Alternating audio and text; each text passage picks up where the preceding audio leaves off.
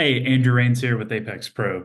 This video is going to be an in-depth look into the new GoPro feature. So this is the tutorial that's going to cover how to connect your Apex Pro app to your GoPro and everything that you can expect from this feature and how to access it.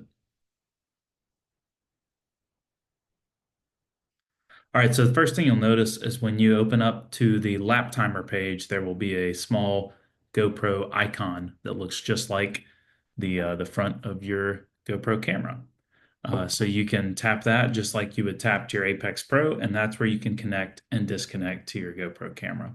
There's instructions in the app to connect to the GoPro, but what's really important to know is that in order to connect to the GoPro for the first time, you must first use GoPro's own Quik app, Quik.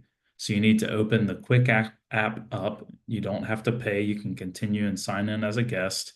And you basically need to go in and connect to your GoPro. So here you can see I've connected to my Hero 11 Black. And once I've connected in the Quik app, that will allow the Apex Pro app then to also communicate with the GoPro. So you have to take that step first. Otherwise, the connection will not work. There's some instructions about that in the app, but that's just a very important thing. If you're already using a GoPro, you've probably already done that. And then in which case, once you open up the lap timer screen, this GoPro icon will turn green and you will be automatically connected to your Apex Pro. Now you'll notice there's a lot of icons now in the top left of the lap timer screen. If you want to remove any of those icons, say you don't ever use the OBD2 connection, which is this guy, or maybe you never use your phone camera for video recording, you can go to your account and then your settings icon, and you can actually uh, you can enable GoPro video, you can enable OBD2, and what that'll do is it will remove those as an option from this view right here. So if it's just getting a little busy, that's just kind of a best practice and a quick tip. So for connecting to the GoPro, you can tap the connect button here, and just like the Apex Pro, it will turn green when it's connected. You'll definitely want to remember this GoPro because that'll establish a connection. Now, a couple things about the connection protocol. If your GoPro camera is nearby and you open up the Apex Pro phone, it'll turn it on and connect to it automatically. So that's just something to remember. I found that when connected to the GoPro, whether through the Quik app or the Apex Pro app or any Bluetooth connection, it really drains the battery quickly. So my recommendation for a best practice tip would be to try to run power to your GoPro if at all possible while in the car. Otherwise, you might get 3 track sessions before the battery dies. Some other best practices for using your GoPro with your Apex Pros, I would always start with a clear SD card on your GoPro. Maybe clear your SD card at the end of each day on track, and that will actually make the recognition process that I'll show you in a little bit for knowing which Apex Pro session matches with which GoPro video file. Very easy if you clear your SD cards before you start a track day and then clear it at the end of the track day or even an entire weekend. But depending on the size of the SD card, I would try to do it after each day. I would also intentionally turn off your GoPro. If you're not connected to power, make sure that it is powered off as much as possible to save the battery. Because like I said, the Bluetooth connection will really sop the battery down quite quickly. Compatibility with GoPros. We use GoPro's application programming interface, the API. They actually engaged with us and provided us this information so that we could create a communication protocol with it, which is very cool. But the cameras that this will work well with are the Hero 9s through the 13s. So 9, 10, 11, 12, 13. All of those are directly compatible with the Apex Pro app. If you have an older camera that has Bluetooth, but is not one of those 9 through 13 models, it's quite likely that the Apex Pro app will trigger that GoPro to start recording and to stop recording, but it won't do the file transfer process that I'll show you here in just a minute. So all you have to do to start and stop the timer, start and stop GoPro recording is make sure that your camera is connected. And when you start the timer, it will let you know that it's recording. Get the flashing red light. good to go. When you finish and save, it'll do the same. So I'm controlling it with the Apex Pro app. Here, I'll do it again and start timer. And we're recording and finish and save. So what that does is that syncs the data file and the video file so that they're the same length. Now all we have to do is find that video file and connect it with our data file, and then we'll be able to merge the widgets that we can create from the high quality data, especially if you're using your Apex Pro Gen 2 device or your Gen 1 will actually work as well, but would definitely recommend upgrading if you can. So let's talk about the file transfer process. There's two ways to transfer files over from the GoPro. You can obviously transfer the files through the Quik app if you like doing that. You can save them directly on your phone, but basically you need your phone to have access to the file from the GoPro in order to associate the data and the video together. So I'm going to show you how to do that. We've built a tool for that. You can access it by tapping the little GoPro icon and then tapping Transfer Media. So this is one place where you can do it. You can also access it from the data session area.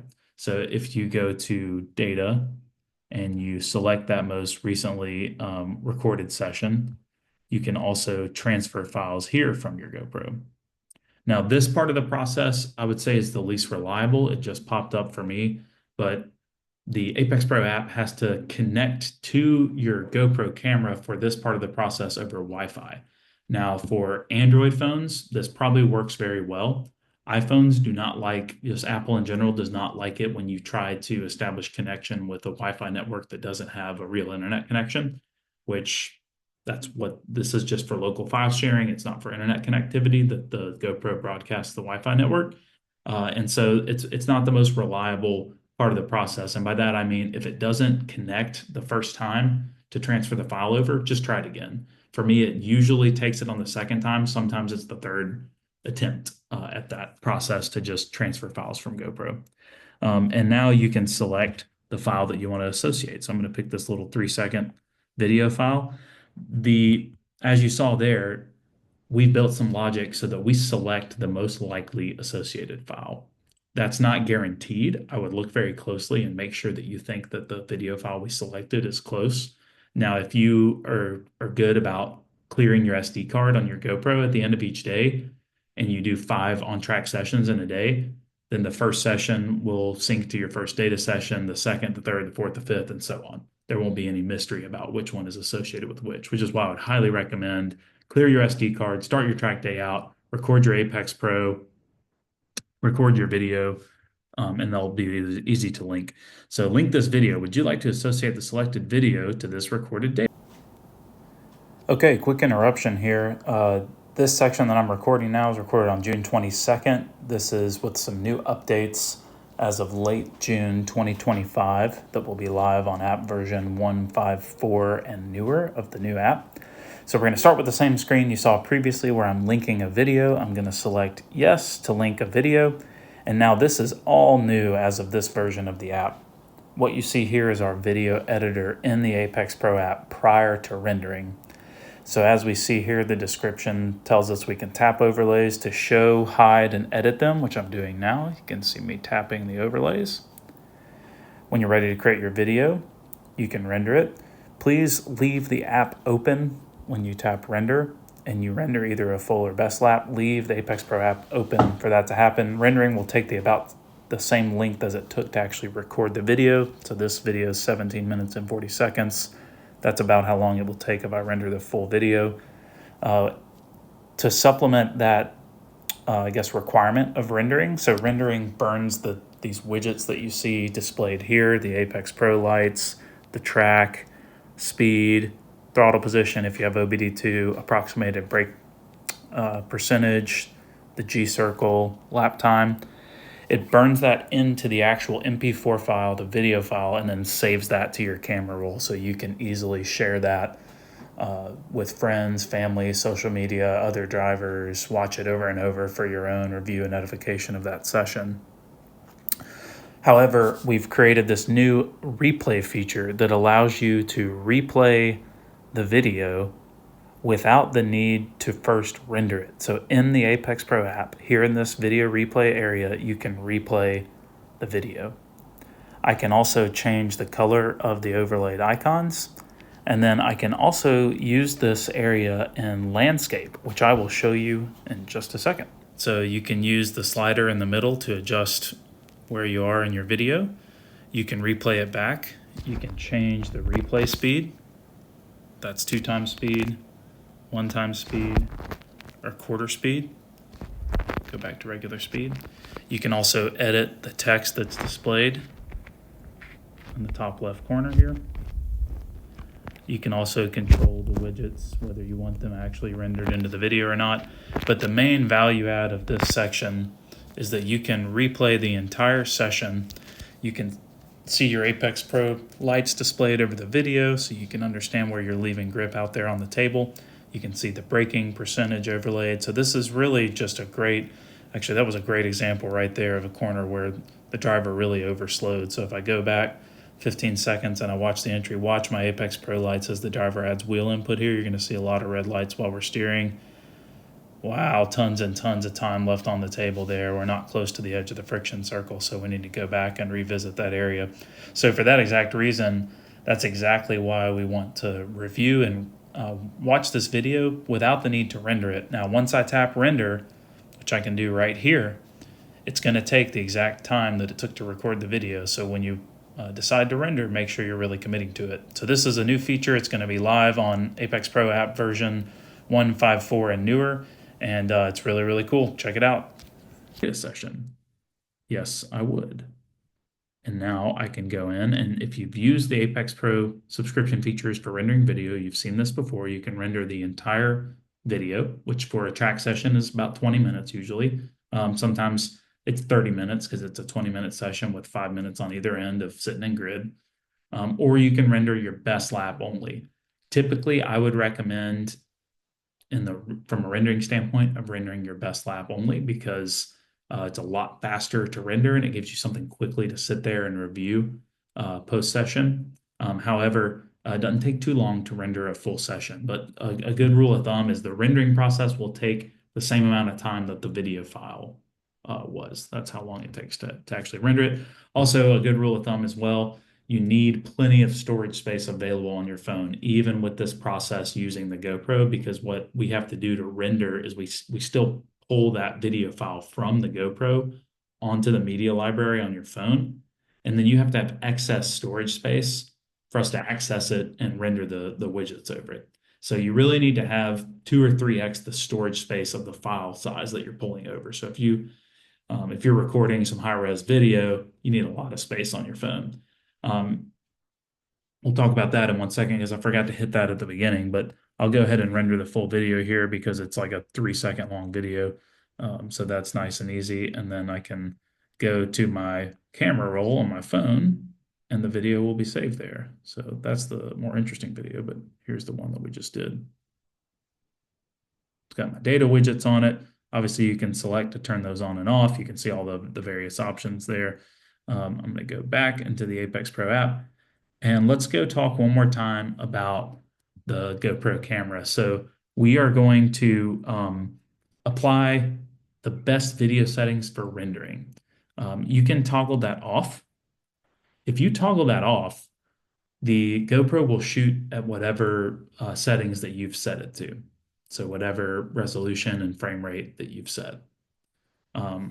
Also importantly, if you have photos mode selected or slow-mo or panoramic or one of the other filming options, connecting to the Apex Pro app will automatically turn your GoPro to video mode regardless. So you'll always shoot as video, which is a nice feature. But I would highly recommend doing the apply best video settings. We have it set to 1080p and I believe a 30 FPS, which I think is going to be the best balance of high quality, good looking video, but also it won't be super cumbersome for us to take that video in the app and render it because we have to have all that file. We're sharing files from the GoPro over Wi-Fi. We're doing all that sort of stuff. It works pretty efficiently and pretty well, but we want to make sure that we're not shooting 4K 60 FPS video because frankly, that's very unnecessary for the fidelity that you need here. And the high frame rate and things of that nature actually make it look slower when you're driving on track. So it's way less impressive to show people. Also here on this GoPro device settings screen, you can see the battery life of your GoPro, which you can see dramatically dropping. You can see how much storage you have left. I've got a big old 128 gig card in this thing, so I've got tons of storage space. And then you can transfer media. You can obviously disconnect from the camera in this interface as well. And that's pretty much the comprehensive look at it. So basically the feature is using the GoPro for your camera source instead of your phone camera, which many of you, like my stickers, uh, what happens when you have a 3-year-old, many of you are using actively every weekend. Try this out. This is a very low risk thing to get started with. Worst case scenario, you'll have an Apex Pro and a data file and a video file that are the same size, because the only unreliable part of this sometimes seems to be that transfer process. But it has worked really well for me. I've rendered a 26-minute 1080p video, worked great. So I would give this a shot. Give us feedback. This feature is going to launch on June 1st. It's going to be a part of the $10 a month Apex Pro subscription or $100 a year. And I think we're packing a ton of value in, because if you already have a GoPro, wham, $10 a month, and now you've got this awesome motorsport video rendering system. If you don't, pick up a secondhand GoPro 9 or 10 for a couple $100, and you've got yourself a motorsport data system that's a lot more capable than it was without it. So give it a try. It's really awesome. I'm super excited about it. I've already used it a bunch. And thanks for being a part of the Apex Pro team. We'll see you at the racetrack.